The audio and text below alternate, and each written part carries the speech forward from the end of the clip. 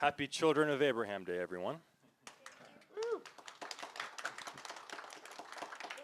I'm honored to welcome you to the official 2025 celebration of Children of Abraham Day, a new Michigan holiday that has been recognized by the governor of Michigan. And I am joined by three distinguished panelists here. I'm Nathan Mech. I am the founding director of the Collins Center for Abrahamic Heritage here at the Acton Institute. If you have not heard of Acton Institute before, or if this is your first time in the building, we have set some materials aside in the back for you to see, or you can also find me afterwards. I'd be happy to share more. Seated to my left is Rabbi David Krishef. He is the rabbi of Congregation Ahavas Israel, a conservative synagogue here in Grand Rapids. From 2012 to 2024, he wrote a weekly column for MLive and the Rapidian that brought multi-faith perspectives together on religion and ethics. He's taught classes at GVSU, Kuiper College, Aquinas College, and I think is going to teach one in January at Calvin University. And then seated next to him, Dr. Dylan Pahman is the founder and president of the St. Nicholas Cabasilas Institute for Orthodoxy and Liberty, and a research fellow here at the Acton Institute, where he serves as executive editor of the Journal of Markets and Morality, and he's also the author of two books, The Kingdom of God and the Common Good being the most recent, and Foundations of a Free and Virtuous Society. Finally, Farhat Qazi is an entrepreneur, philanthropist, award-winning filmmaker, and actress who in 2019 founded Children of Abraham Day to foster understanding among Jews, Christians, and Muslims. Farhat supports humanitarian efforts locally and abroad, advocates for women's rights and animal welfare, and develops lesson plans to help educate the shared values and history of the Abrahamic faiths.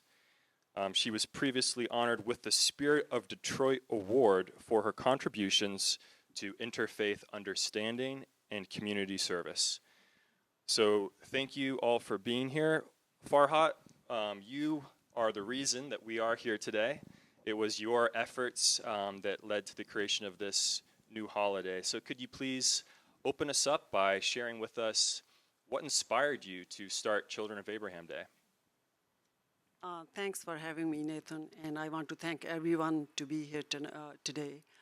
I'll give you a little background. I came from a place where majority is Muslim. When I was living there, I had some help around the house. There was a lady who was helping me, and there was a guy who used to help me in the kitchen. And I saw like there is some tension going on between two of them, but didn't know what it is. So one day I asked, they were hesitant to tell me, but then later I found out the lady was Christian and the guy was Muslim. So I saw like some plates and cups sitting on a separate shelf, and I saw him putting his things on a separate shelf. And when I asked the reason, he said, because she's Christian and I'm not supposed to drink or eat in the same plate. And she said the same thing. So then I asked them, like, why is that? He said, because we are not from the same faith. I knew the lady, she needed help. Financially, she was struggling. And I used to give her food and things for her kids. And then the guy told me, he said, like, you think you're helping her out, but let me tell you, when you give her food and things, when she exits the house, she throws those things in the garbage. But she will not tell you that because you are Muslim. So after that, one day, the guy wanted to leave for vacation for his family emergencies for a week or so. So then I had only the lady in the house. So I asked her to help me in the kitchen, and she was hesitant to touch anything. And I said, why? She said, I just want to tell you I'm Christian. And I said, well, that doesn't matter to me. You can help me. And then she offered, like, she will cook. And I allowed her to do everything in the kitchen. First time, maybe she touched everything in the kitchen. And after she was done, I offered her, you can eat first and then we can finish the rest. And then she asked me, so which plate I'm supposed to use to eat? I said, you can just take any plate and eat. So she had lunch there. And then after that, I asked her, do you have Bible at home? And she said, yes. I said, if you don't, let me know, I'll purchase it for you. So after that, I saw a little change in her, like getting more relaxed and respectful. So when I moved into this country, in the beginning, I didn't feel that way, but I was minority here. So I lived in a majority Muslim country and I lived here as a minority. When my kids started school, things were okay, but then later, when my daughter was in middle school, so she had history lessons, world religion class. So she was learning about other religion, Abrahamic religion and other religion. So at the end, it was Islam. And she was very excited about it because that was her religion. And she thought maybe I can ask my mom questions and I know more about it, so I will get A+ and things like that. So when she went next day to school, the kid sitting next to her said, I already have bad feelings about this religion. So obviously that thought was not coming from that kid. That was coming from a dinner table from home or from any other adults. So that was the day the children of Abraham Day was born. What I experienced or observed living here as a minority or living over there majority, there was common denominator, lack of understanding. That's how this day was started. Thank you for sharing those very personal stories about how respect was a powerful tool to connect with people of other faiths, and also how the education system here in the United States has a lot to improve upon in terms of educating people on the shared heritage of Jews, Christians, and Muslims. Yeah, and I don't take this like just as a religion. I take it as a part of history as well, because Abrahamic faith is our history as well. Because here in America, the school system, okay, state is separate and religion is separate. But we have to focus on commonality and history, not just as a religion. So then people can have more understanding about each other. And Rabbi Krishef and Dylan, both of you have also been involved in various multi-faith activities. Why do you think that exploring the history of these faiths and also sitting down like we are today and having these discussions, why is this needed in the world today? Rabbi Krishef, could you go first? Sure, thank you. So we live together. We live side by side in our communities. For that reason alone, it's worth getting to know each other. There are projects and issues that we might, our values might align on, that we can work together in partnership. There may be different issues for different pieces of the community. There are issues that my community aligns with very well with the evangelical Christian community, and there are issues that we align with the liberal Christian community, and they're not the same issues. So the more we get to know each other, the more we know we can identify those areas of partnership. I also want to, in the interfaith dialogue arena, I also want to focus on our differences as much as our similarities. I mean, yeah, we have things in common, but if we only look at the things in common, then we're not really learning much about each other. The the tension, Farhat, that you experienced was because there are differences between you, and it's worth exploring what are the limits of those differences. Now, what you discovered in that conversation was that in your household, the limits of those differences don't have to be so wide. But in order to know that, we need to know who we are as individual, unique human beings and members of unique, distinct religious traditions. And once we know that, once we know how we're unique, we can begin to explore and understand each other at a much deeper level. Wonderful. Dylan, what do you think? Yeah, so, I mean, I just love conversation. From my perspective, I'm a Greek Orthodox Christian. So Christians in the Middle East, Christians in the Balkans, and Slavic lands tend to be part of the same church or in communion, and that's our history. Tends to be a little different than a lot of the other churches. In terms of, we tend to be a bit more ascetic. Asceticism is all about self-denial. And that's been the focus of my research for the last 14 years here at Acton.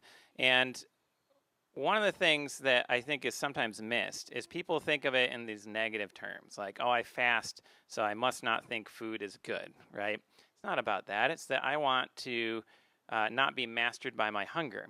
And so you deny yourself in order to be more, right? In order to have more, become more. And first of all, in order to have communion with others, with God, first of all, right? That's why we pray and fast and do all these other practices, but also with each other. I can't have a relationship with you unless I stop talking and I listen, right? That's just true of all of us. And I've had such great experiences anytime I've had the opportunity to talk with people of other religious backgrounds or even just other Christian traditions. But one example I shared a few months ago on our call was I was at a conference about a year and a half ago, and it was more of an intellectual conference. We were studying, economics and political philosophy, and that was what we were there to discuss. It was kind of the Socratic discussion, but there was a lot of free time at the meals and in the evenings, and very quickly I found the two Jewish guys and the one Muslim guy, and we just talked about religion in our free time the whole time, and it was great, and we just learned so much, and it wasn't, none of us had a strong agenda. We all had strong convictions. I'm sure we all would rather everyone join our faith, right? Because we really believe what we believe. But that's what made the conversation so edifying, was to be honest about those differences and acknowledge that and explore that.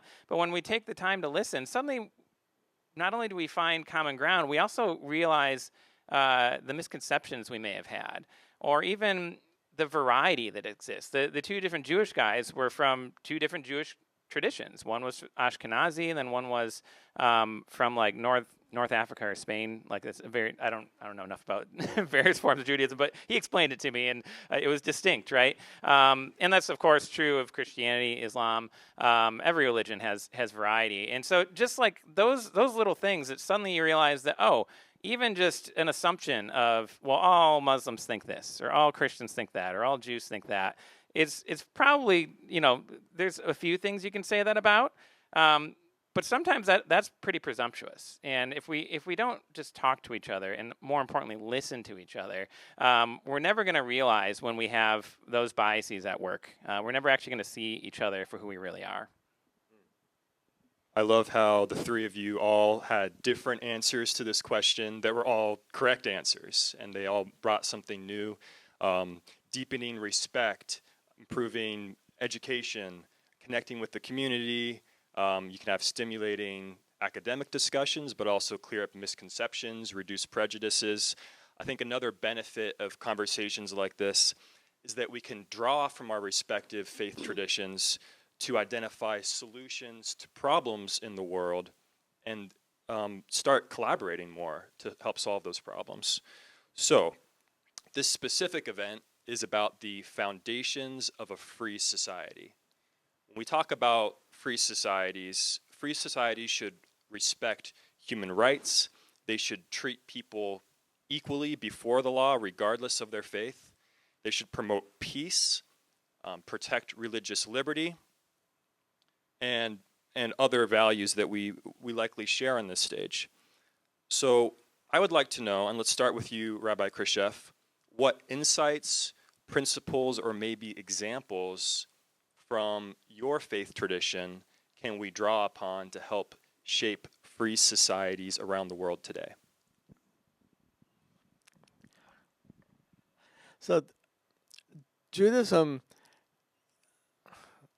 is not coming from the perspective of freedom as a primary value. I mean, maybe it's a secondary value, but the primary drive of Judaism is something like obligation.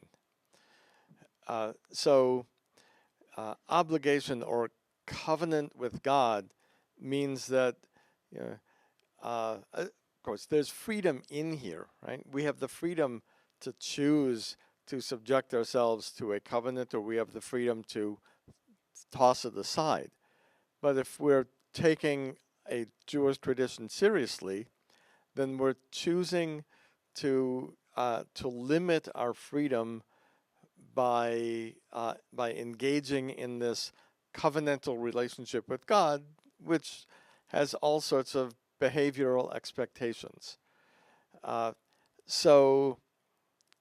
In thinking through this question, like where does freedom lie in Judaism, or where do we get the idea of liberty? Right, Deuteronomy has the famous quotation that's on the Liberty Bell: "Proclaim liberty throughout the land." So obviously, there is something about liberty that is also central to a kind of Jewish understanding. So I think what it is the idea that when we're not free, when we're subjected to a relationship that's not under our control, with a relationship with a government, a relationship with another person, a slave type relationship, that's the mindset Deuteronomy is coming from, to say that no, if we are going to be subject to somebody else's control, it's only God who can be that controller, or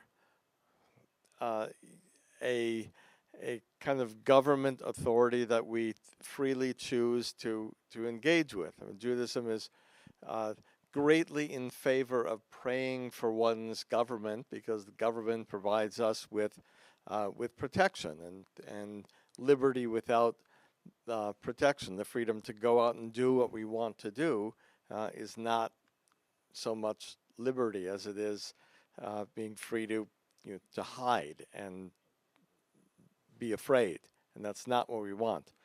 So I think, just to sum this up, I think it's the idea of being able to freely choose a covenant and freely choose the authority to whom we pledge our allegiance, that Judaism might offer as a model of liberty.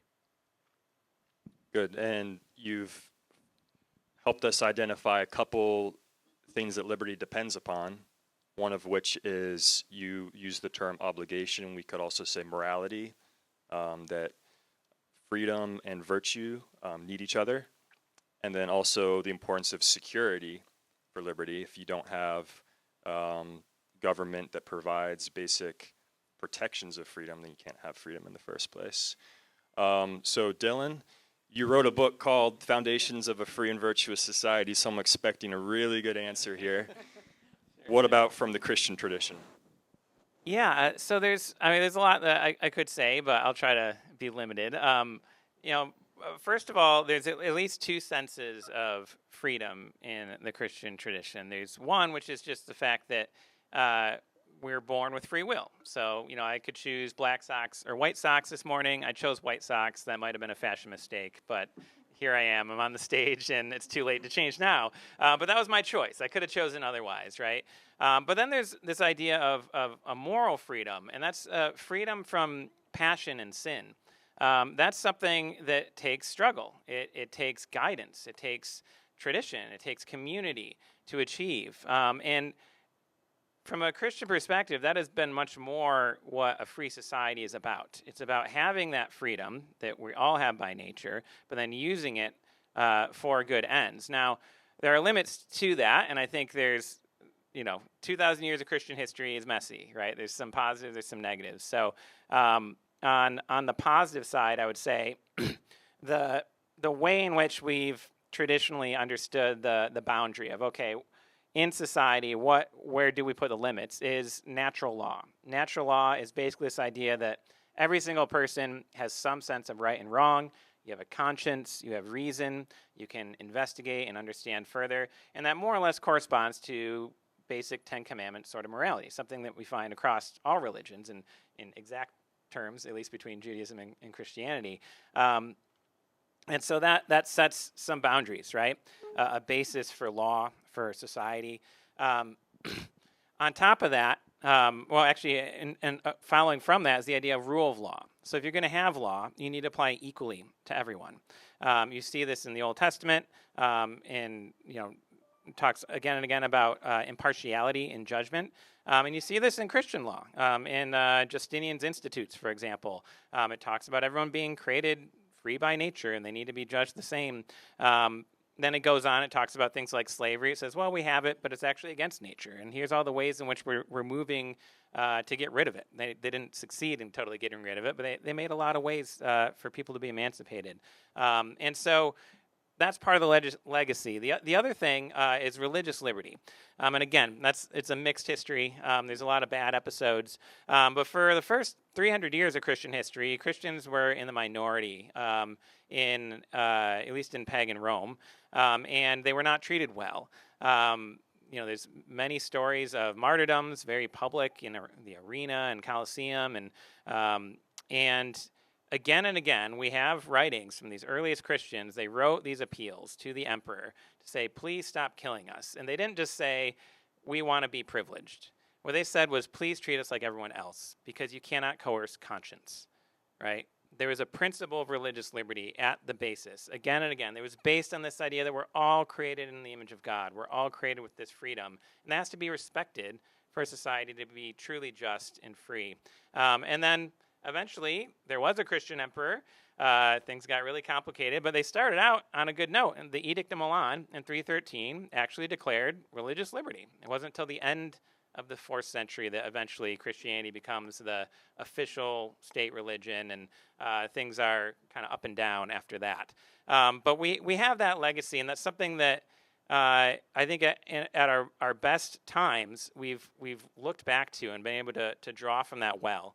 And see ways of as the rabbi said, we need to live with one another. And here in the United States, we have a regime of religious liberty that was really in part influenced by some of those same early Christian writers and that same document, the Edict of Milan. And it's something that, it's so rare in human history. It's easy to take it for granted, but it's something that we all, I think, really need to stand up for. The freedom to live as neighbors to one another rather than enemies, to be treated equally rather than privileged.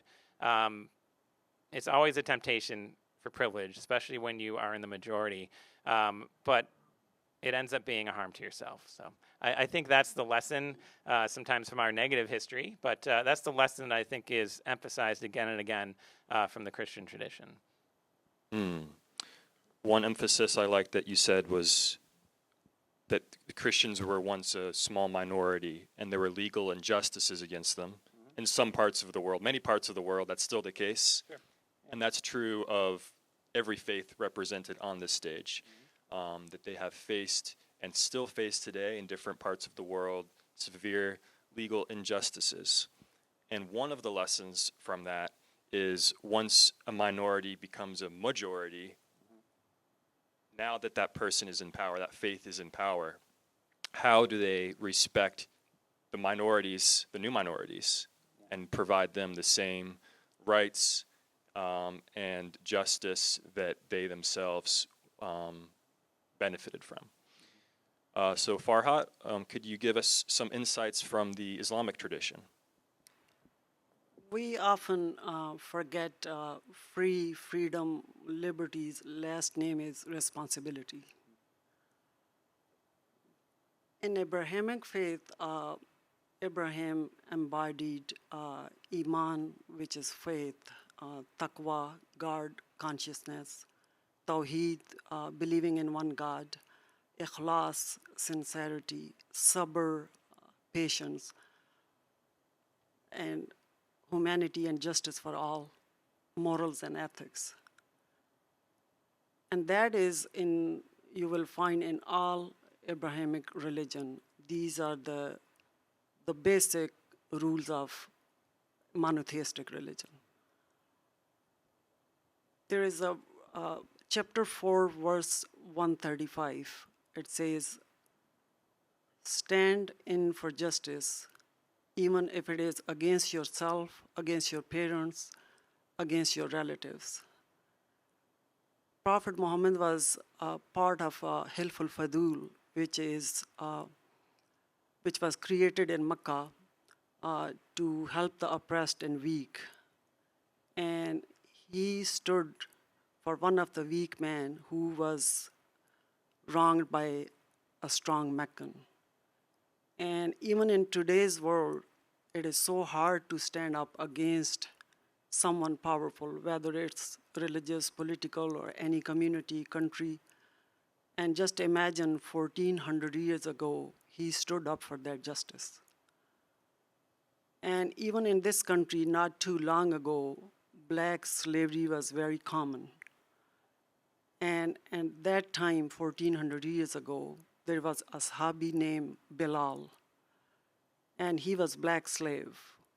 And his master used to torture him because of his faith, and he was taunted because he was black. But talk about human dignity. When he accepted Islam, Prophet Muhammad appointed him to give adhan, which is a prayer calling for Muslims. And he is the muazzin, the first muazzin who did adhan in Islamic history. And even today it is so hard. We think we are liberal and we don't, black and white or religious liberty, but somewhere it is still in existence. But 1400 years ago, he stood up for that, and he self-respect and dignity he acknowledged. Chapter 2, verse 256, there is no compulsion in religion, but the right has become clear from the wrong. When Prophet Muhammad migrated from Mecca to Medina, and he knew there is a need for political stability. So he established relationships with the local tribes. He signed treaties with the local people. And then he established relationships, people who were migrating from Mecca to Medina, which are called Muhajirun. And then he established relationships with the local Madni people, which are called Ansar. But he understood after the political stability, there is economic stability needed in the region. And that time there were tribes in Medina who were controlling the economic market. And it was hard for new people to join the market because of their monopoly. And he helped people for regulations, clearance, licensing to enter the market. And he did not favor the existing firms to protect their revenue. And then he banned the ill practices, the unfair practices, because those people who were controlling the market, they were taxing each other. There were entry taxes. There were trade taxes, which did not help the community. It was not distributed in the community or did not help any civil institutions. By doing that, then new people joined the market and the revenue was up, the GDP was up, people were investing, reinvesting, trading.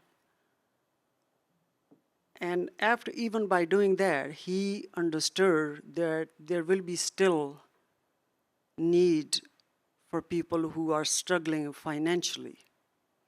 And there will be emergencies and debt. So then he allocated the government treasury department to help the needy, which is called Sadqa and Khairat, which means charity. And then he created called Waqf, which means free shelter for the needy so they can come back in the community and get out of that poverty cycle. So he presented this model for a free society. People were free to do what they want to do, but he gave a structure with morals and ethics, how to live in a country and live together and prosper. Religion of Islam advocate to use your intellect to help the community, but it's not above the revelation. Thank you. Two of the points that I really appreciated from that were, first, to paraphrase the one quote from the Quran, stand up for justice, even if that means going against your own family, which I think is a profound statement that undergirds the idea of universal human rights. Many societies in history their ethics favored strongly their own kin over other people. And of course, we have special moral obligations to our kin, but all people are equal, regardless of faith, race, gender, etc. Another contribution you made was talking about economic insights, regulations, and so forth that Prophet Muhammad instituted. I'd like to see if Rabbi Krishef or Dylan, either of you would like to come in on either of those two concepts, maybe from the perspective of your faith, maybe teachings that undergird this concept of human rights, or if you prefer, talk a little bit about economic liberty from perspective of your faith. Sure. So economic liberty is something that developed over time, but there are various points in history that have been freer than others, and there's an interesting strand. So a lot of times when people study Christian history, they'll look at a sermon or two and they'll take it out of context, and they'll forget that sermon was preached by a preacher to specific people. And so sometimes they'll say, oh, these church fathers, they all really didn't like commerce because they're criticizing merchants, never asking, well, were there some specific merchants in their town, doing something in particular? If you read further, you discover that they have this understanding of providence that actually yields a very positive perspective on trade, at least a few of them, like St. Basil the Great, St. John Chrysostom. These are big names for us Greek Orthodox Christians. They talk about how God has taken the resources of the world, which he gave to us for everyone, to provide for all of our needs. And instead of putting all the resources we need all in one place, he spread them all out so that we would have to trade with one another, so that people in one region couldn't stay isolated.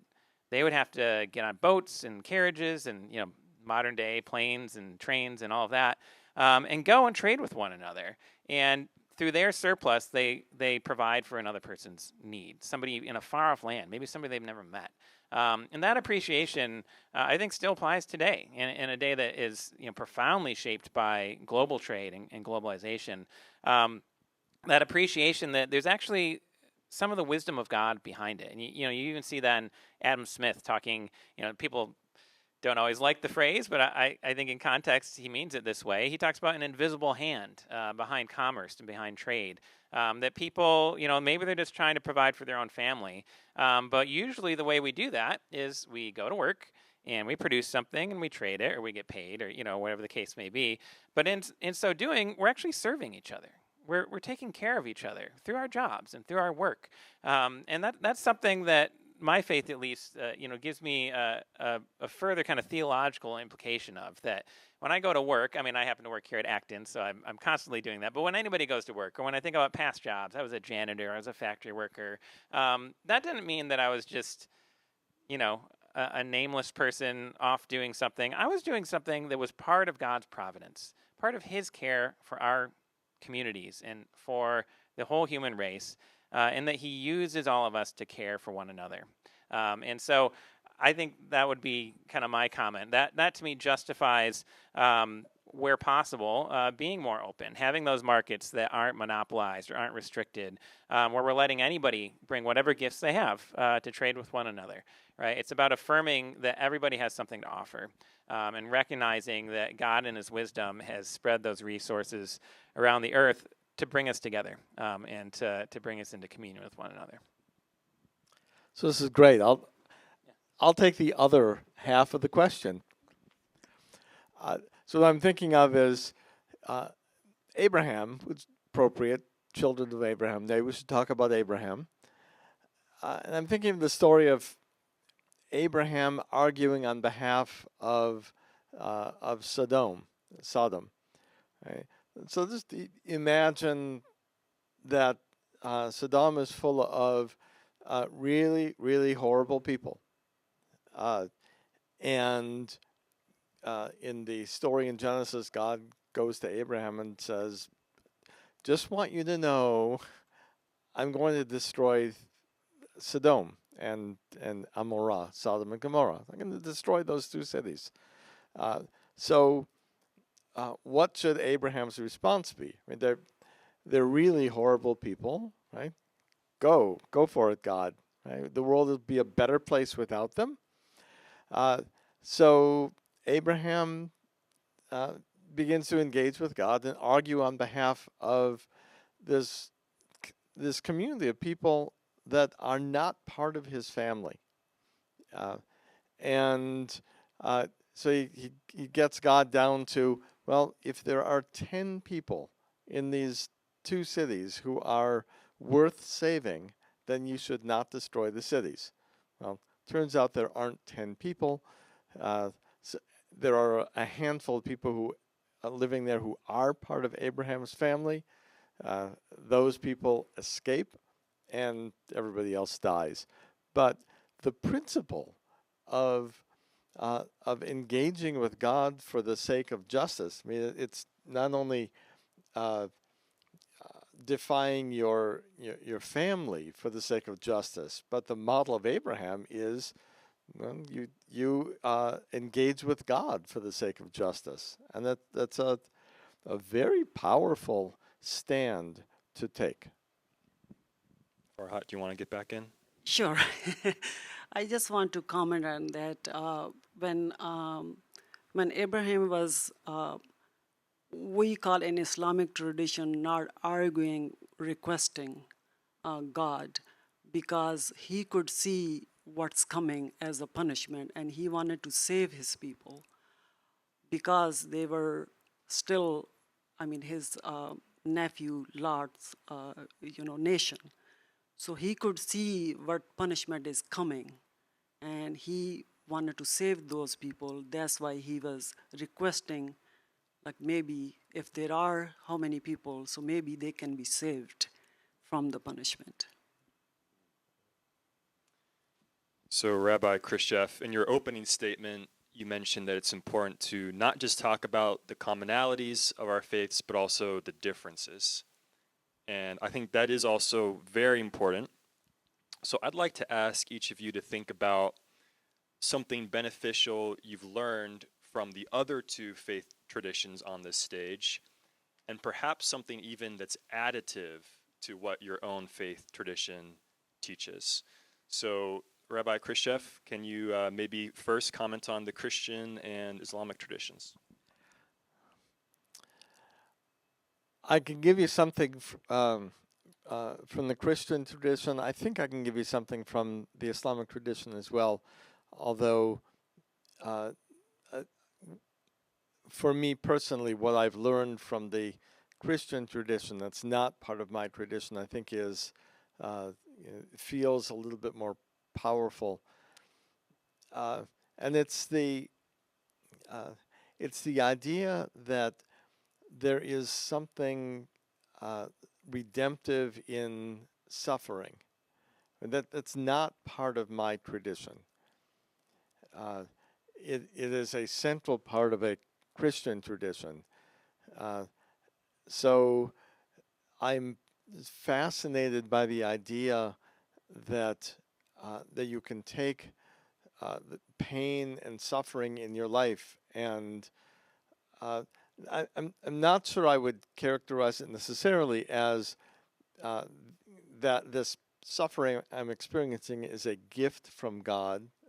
To me, that would go a little bit too far, but to be able to take that experience of suffering and dedicate it, raise it up to God in some way, seems to be a very powerful way to deal with the question of, why do we suffer? So that is my lesson that I've learned from my contact with Christianity. With Islam, it's a little bit more general, and I'm not quite sure that it's very different than the way I opened with my description of Judaism. It's really the central idea of Islam as being submission. Right? So I think some forms of Islam have taken that idea much farther than Judaism has taken it. In if I recall right, Sufi forms of Islam, taken the idea of submission to say that to really believe that that anything that is going to happen to me is going to happen because God blesses me with that thing. If I'm going to eat today, God will make sure I'm going to eat today. Right? Now I am from a tradition that that believes in this covenant with God, and I do things just because it's a mitzvah from the Torah. I don't necessarily understand why refraining from wearing clothing made of linen and wool is so important, but it says don't do that, so I don't do it. So there's this element of submission, but the Islamic model of submission is much deeper. So that's what really strikes me when I think about what can I learn from Islam. Wonderful. Went right to core message from both of these other faiths. Dylan, what do you think? Yeah, so actually from Judaism, it's something that was a difference and became a commonality. So I grew up evangelical, and then 17 years ago I became Greek Orthodox. And so it's still Christian, but just a very different kind of Christian. And I remember I knew about these things as things that were more common to Judaism, and then I realized when I became Greek Orthodox, we kind of do that too. So one is, Rabbi mentioned earlier, kind of Abraham almost arguing with God, which sounds kind of scandalous, right? But there is maybe a deeper sense of our relationship with God is a dialogue. That there's a give and a take, and He wants to have that kind of relationship with us. And you see it on a personal level too. Maybe it's not the case in your synagogue, I don't know, but I've heard very often that there can be a lot of pushback against the rabbi. I don't really agree with that, and again, there's a dialogue even with God's teachers, right, and representatives. So I came to the Orthodox Church. We have general assemblies at our parishes, and boy, small-scale democracy is alive and well in the Orthodox Church. I can tell you that, because it doesn't matter who's up there, the priest or anybody else. If somebody's got something to say, they are going to air their grievance. They're going to get it out. They're all going to vote on it. And at the end of the day, they'll come back next week, and they're still part of the same community. And so that's something that I was like, oh, we're kind of similar in that way. And another very similar one, which you already mentioned, is the idea that like we're here to carry on a tradition. It's not actually required of us that we understand every aspect of that. The faith I was raised in, which I very much appreciate, that form of Christianity was much more, if I don't understand it, it's not important. When I became Greek Orthodox, we have St. Basil has a very famous quote where he says, if I were to throw out any of the things I don't understand, I might just end up injuring the gospel in its most vital parts, right? Little things like, why do I do the sign of the cross? Or why do I do, all these other sorts of things, and maybe we can't find it written down somewhere. This is part of our tradition. And like people literally died to pass on that tradition to us. We have a debt to them, whether we understand the meaning of those things or not. And hopefully we will grow to understand that as we grow in our faith. But in the meantime, we need to actually carry on that tradition. And then from Islam, one of the things I really appreciate about Islam, I don't know if you could really do this with Christianity, to be honest, but there's a simplicity and clarity to Islam. What should you do if you're a Muslim? Maybe there's more than this, but as far as I know as an outsider, there's 5 things you should do, right? You got a 1-sentence creed, you got prayer, fasting, almsgiving, and then go to Mecca once. There you go. Easy plan. You are all set. Right? I mean, I know it's of course there's deeper teachings and all that, but like the bare minimum is very clear. And that's something that level of clarity and articulation of just keeping it simple for especially for newcomers can be a struggle, at least in my faith, especially because there's so many different kinds of Christianity. People are coming in, they're trying to sort it all out. Our creed is many sentences. There's good reason for that. I really like our creed, but it's not as simple as say this one sentence and really believe it and you got it. There's a lot of questions. There's philosophical terminology. So I really appreciate that about Islam. Awesome. Farhat, what do you think? I think Abrahamic faith basic principles are the same, but Abrahamic traditions may be one focused more on one thing than the other. What I have learned and experienced interacting people in Christianity, like they are forgiving.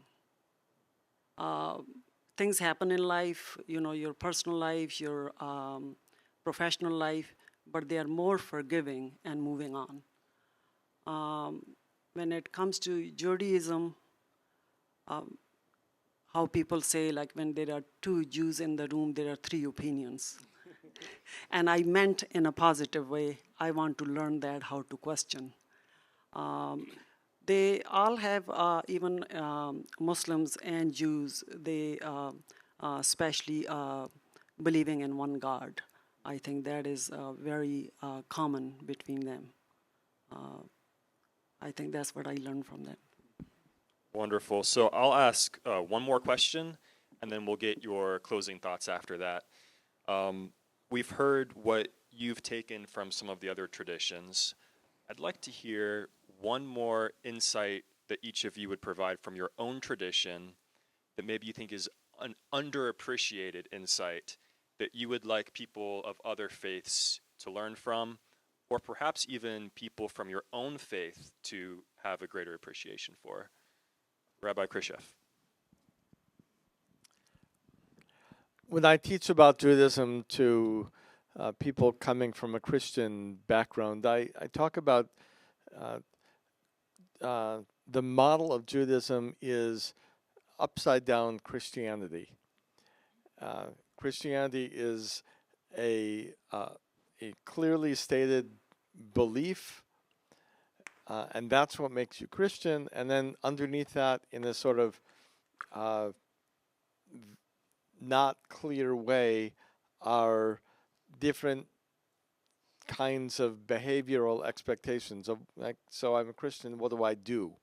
Okay, so Judaism is very clear on the what do you do, and is actually not tremendously clear on what do you need to believe. Okay? don't really need to believe anything in particular.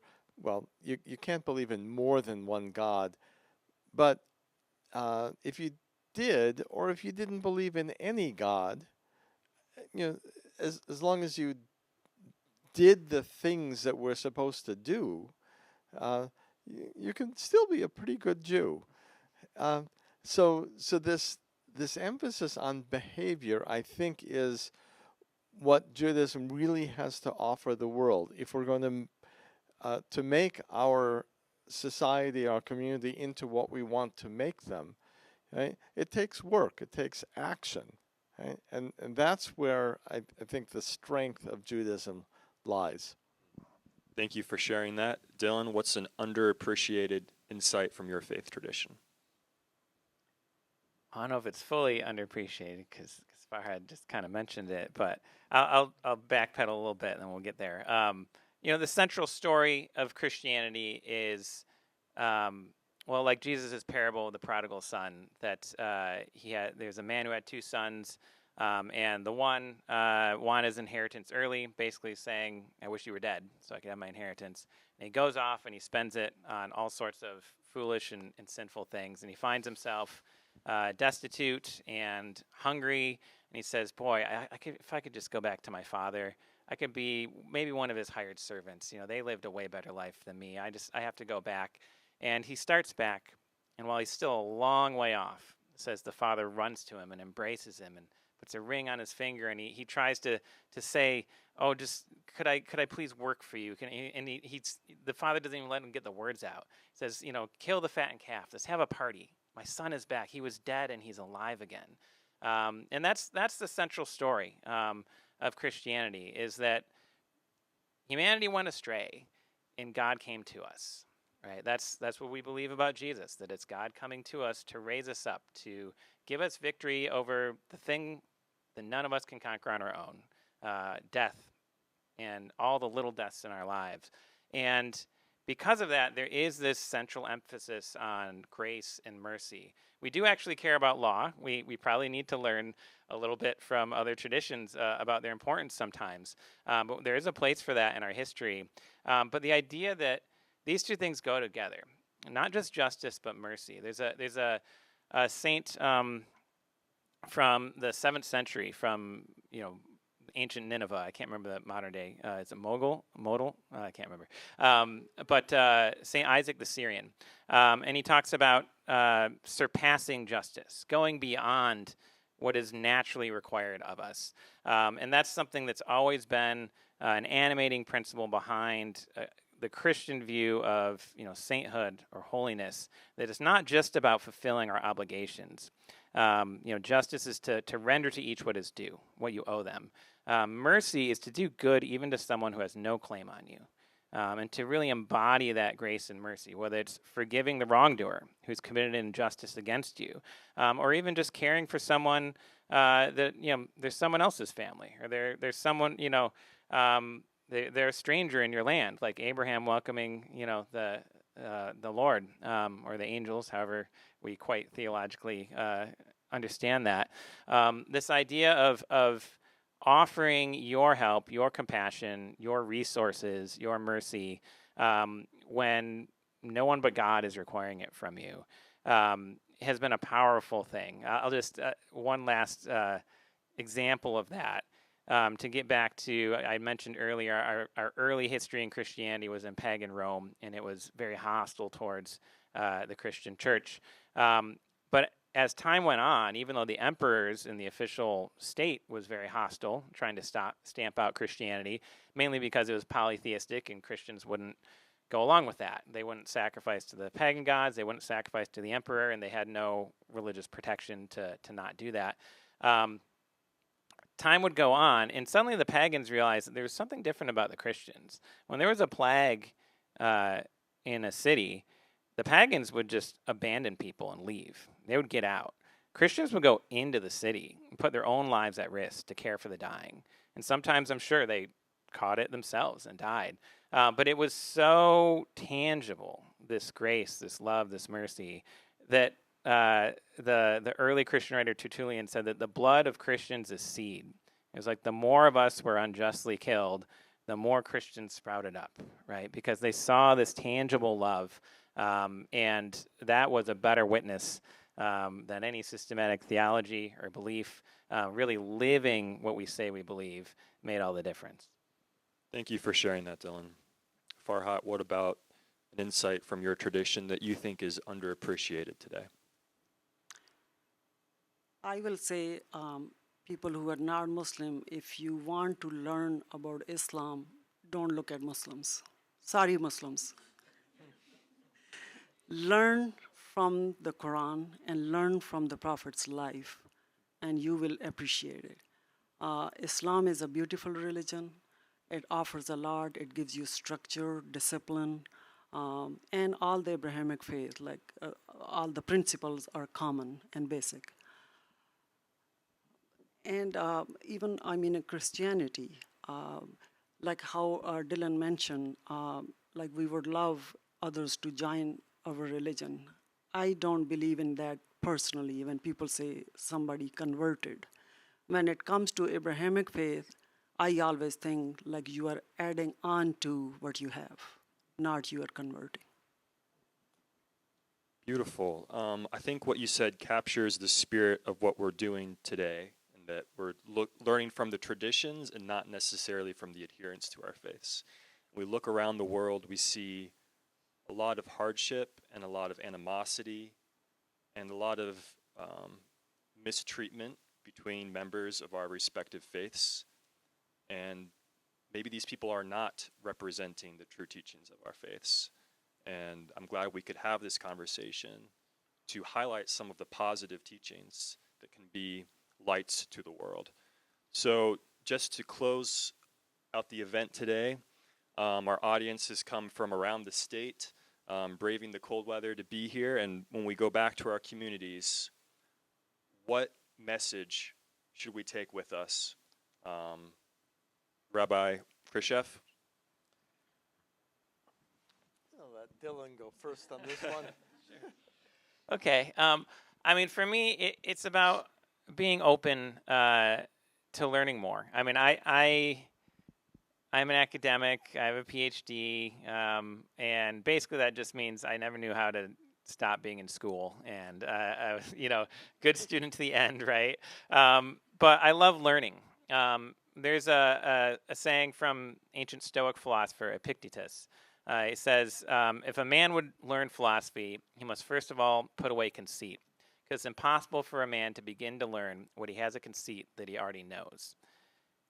We're never going to grow as people unless we take a step back and have some humility. And when you do that, you realize that not only is there a lot to learn, but even more so, there are just relationships, friendships that are available to you if you can take a minute and say, you know what, I'm very comfortable in my beliefs. And the other person's belief doesn't have to be a threat. It can just be interesting. I can just learn more. I have a good friend who is Buddhist. He was a Dharma teacher at the temple here in town. We get together, we talk about asceticism because we got a lot in common. We know we got a lot of differences. We talk about those too. But it's always a great conversation. Or there's a new family in our neighborhood from Sri Lanka. They came just a few months ago. And they're Hindu. And we talked to them about that. I have disagreements. I'm sure he knows there's, differences. It doesn't matter. Not that it doesn't matter. It's important. But it doesn't matter in terms of us being neighbors, of us actually caring for each other. And again, it's so easy to take for granted the world we live in particular in this country, where that's possible. It's a real blessing. And I would just challenge us that the point of a day like this and a panel like this isn't just for you to come and hear us talk. Hopefully, it's for you to go out and actually try it. Like, go out and try it. Say, why do you guys do that? Or what do you think about that? Oh, that's really interesting. We do it this way. It doesn't have to be a competition, right? It can just be that's interesting. I've gained so much in life by being able to just say, that's interesting. So I would encourage others to do that too. Great. All right, are you ready? I'm ready. Great. And I'm going to go back to Abraham for the lesson I want to leave you with. in Jewish tradition, Abraham is really known for embodying the core value of hospitality. And just think of his greeting the three visitors sitting in the doorway of his tent, waiting for people to come by, and seeing the visitors and making them food and making them comfortable. So that's really what this program is all about. It's hospitality. It's the Acton Institute inviting us to come together to celebrate this Day of Children of Abraham. It's each of us embodying that value of hospitality, to go back to our home communities, to our home neighborhoods, and be open to receiving visitors, not for the purpose of turning them into clones of ourselves, but for the purpose, as Dylan has explained so nicely, for the purpose of listening, of learning, of hearing what they have to say, of getting to know the people around us. So I think that's the value that we can take away that will strengthen our home communities. Beautiful. Thank you, Farhat. Could you please close out the event with some final words for us? No, I'm feeling illiterate sitting next to Dylan.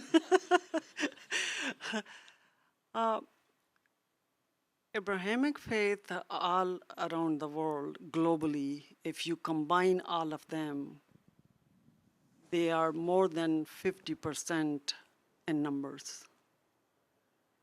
And they all have no disagreement on the father of monotheistic Abraham. And in my opinion, that's not a small thing. Nowadays, even one family cannot agree on dinner plans. And we all agree on that. I think we have a lot in common than our differences. And I would really appreciate if everyone here today, respected Rabbi, if he can promote this on his platforms. Colin and Acton Center can promote this on their platforms, and obviously Mr. Dillon as well. So we can come together and celebrate this day every year, and hopefully one day this will become a federal calendar day, and it will be celebrated as how we celebrate other days in this country, just to understand each other. I will close this with chapter 49, verse 13. O mankind, we have created you from male and female, and made you peoples and tribes, so you may know one another. Thank you so much, Farhat. And thank you, Dylan and Rabbi Krishef.